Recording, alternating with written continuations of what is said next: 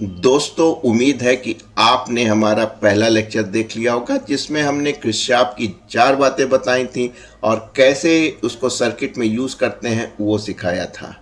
एक बार जल्दी से हम आपको दिखा दें कि करंट अगर लूप जो है वो आपकी क्लॉकवाइज हो सकती है या एंटी क्लॉकवाइज हो सकती है, क्योंकि आप जानते हैं कि किसी क्लोज सर्किट में आप मेश बनाते हैं और उसमें जो है एक लूप लेते हैं जिसकी डायरेक्शन आपको क्लॉक या एंटी क्लॉक दो ही पॉसिबल कंडीशन है।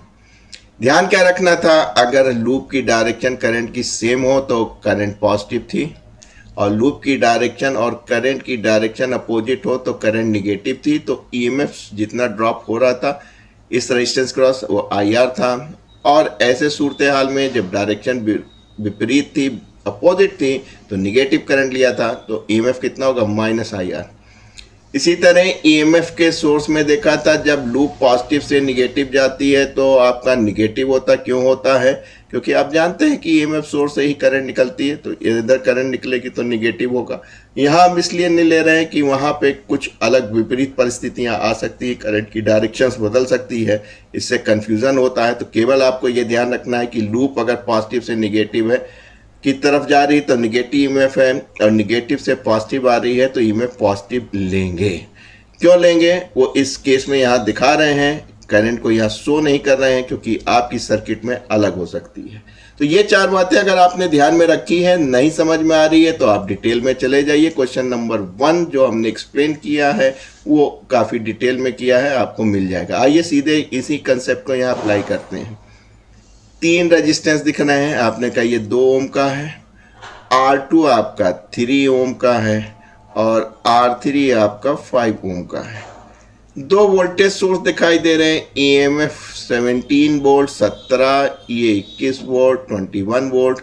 आप देख रहे हैं इन्होंने पहले ही से दे रखा है कि E1 से क्या अमाउंट निकल रहा है, I1 अमाउंट ऑफ करंट निकल रहा है। E2 से देखिए इन्होंने खुद दिखा दिया है, I2 का अमाउंट ऑफ करंट निकल रहा है। जब आप E जंक्शन पे पहुंचते हैं तो क्या देख रहे हैं, I1 अमाउंट इधर से आ रहा है और I2 इधर से आ रहा है, दोनों मिलके क्या बना रहे हैं, I का बना रहे हैं। इसका मतलब है कि आप कह सकते हैं at junction E junction rule लगा सकते हैं, जो I होगा वो किसके बराबर होगा बेटा, I1 plus I2। M I right? तो देखिए हमारे पास 2 अननोन है I1 I2, यानी कि 2 अगर लीनियर इक्वेशंस बन जाए, काम बन जाए, तो आप कह रहे हैं कि सर 2 मेश बन जाए, काम बन जाए, तो एक क्लोज सर्किट इसको ले सकते हैं और एक क्लोज सर्किट इसको ले सकते हैं।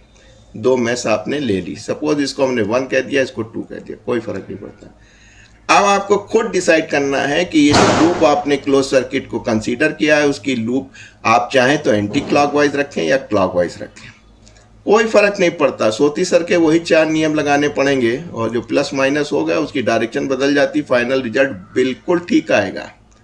चलिए हम यहाँ पे इसको एंटी क्लॉक बना लेते हैं। क्यों बना लेते हैं, आपने कहा सर ज़्यादातर हमारी करंट इधर से निकल रही है तो हम इसको यूँ करके अपनी ज़िंदगी आसान कर सकते हैं।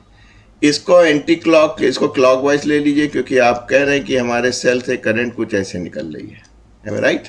अब आइए मेश 1 पे, इसमें आप लूप ला लगाइए और उसमें सोती सर की 4 बातों पे ध्यान रखिए। जब मेश 1 को क्लोज सर्किट को देखने गए तो बेटा आपको क्या दिख रहा है, 2 रेजिस्टेंस दिख रहे हैं, 2 ओम 5 ओम का और एक ईएमएफ सोर्स दिख रहा है।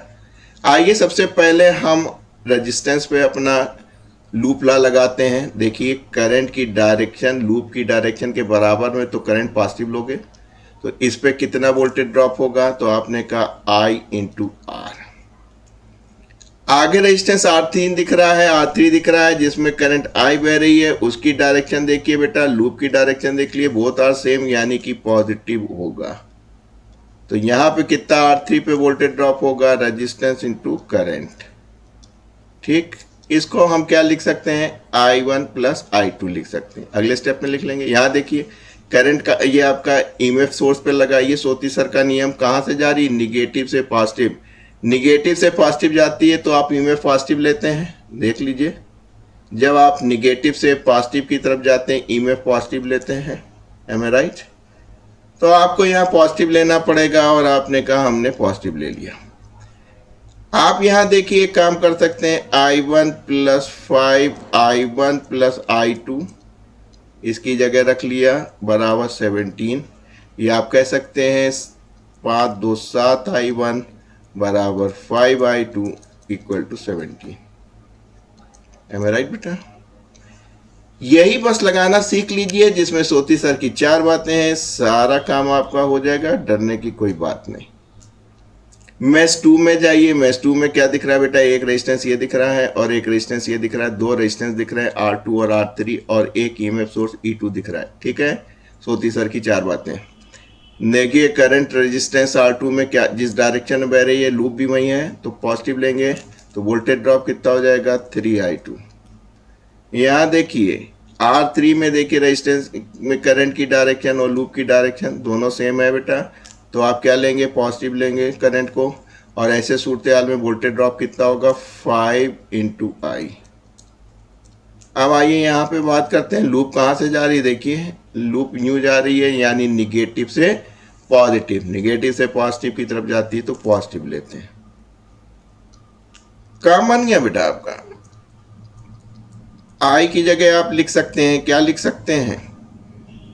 I1 + I2 बराबर 21, यानी आप कह सकते हैं 5I1 + 5 3 8 I2 बराबर 21। इस इक्वेशन और इस इक्वेशन की मदद से हम क्या निकाल सकते हैं?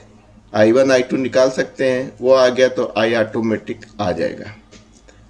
काम बन गया आपका। आपने कहा सर यहाँ पे 7 है, यहाँ पे 5 है, यहाँ 8 है, तो एक काम कीजिए, अब तो कुछ समझ में नहीं आ रहा, सीधे गुणा कर दिए 5 से और इधर कर दिए 7 से। थोड़ा सा रंग बदल ले, बहुत ज़्यादा लाल लाल हो गया। तो इसको 5 से मल्टीप्लाई करेंगे तो आप कहेंगे सर 7 पंजे 35 प्लस 55 25 I2, अरे बाप रे, 5 7 35, M I right? 5 7 35, 5 इकन्नम 5 3 8, M I right? इसको इससे गुणा कर लीजिए तो आपका आ जाएगा 7 पंजे 35 I1 प्लस 7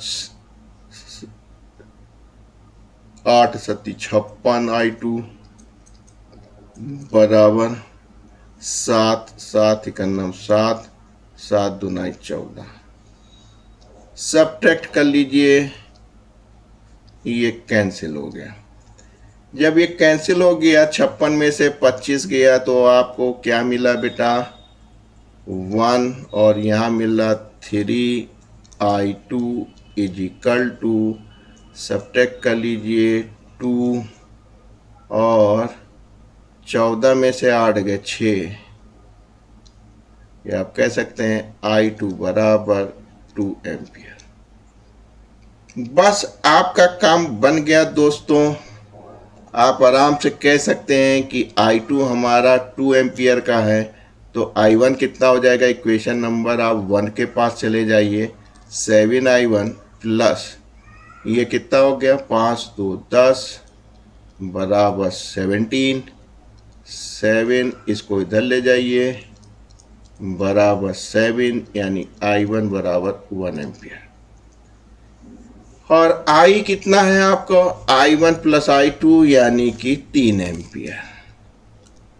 तो उत्तर क्या है आपका? I1 1, I2 2 और I3 3 एम्पियर। तो यानी first is the correct answer. R1 में I1 जा रहा था जो कि 1 एम्पियर है, R2 में I2 जा रहा था जो कि 2 एम्पियर है, और R3 में आपका I1 + I2 जा रहा था जो कि 3 एम्पियर है। तो A is the correct option. तो आपने देखा, जो बातें मैंने आपको बताई हैं, अगर उसको आप समझ लेते हैं, कर लेते हैं, तो आपको कोई दिक्कत नहीं होगी। कोई भी सवाल हो, किस भी लेवल का है, आप कर लेंगे। फिलहाल इतना आज के लिए पर्याप्त है। एक एक सवाल इंपॉर्टेंट है, ध्यान से पढ़िए ताकि आगे आने वाले सवाल आप आसानी से सीख और कर सकें।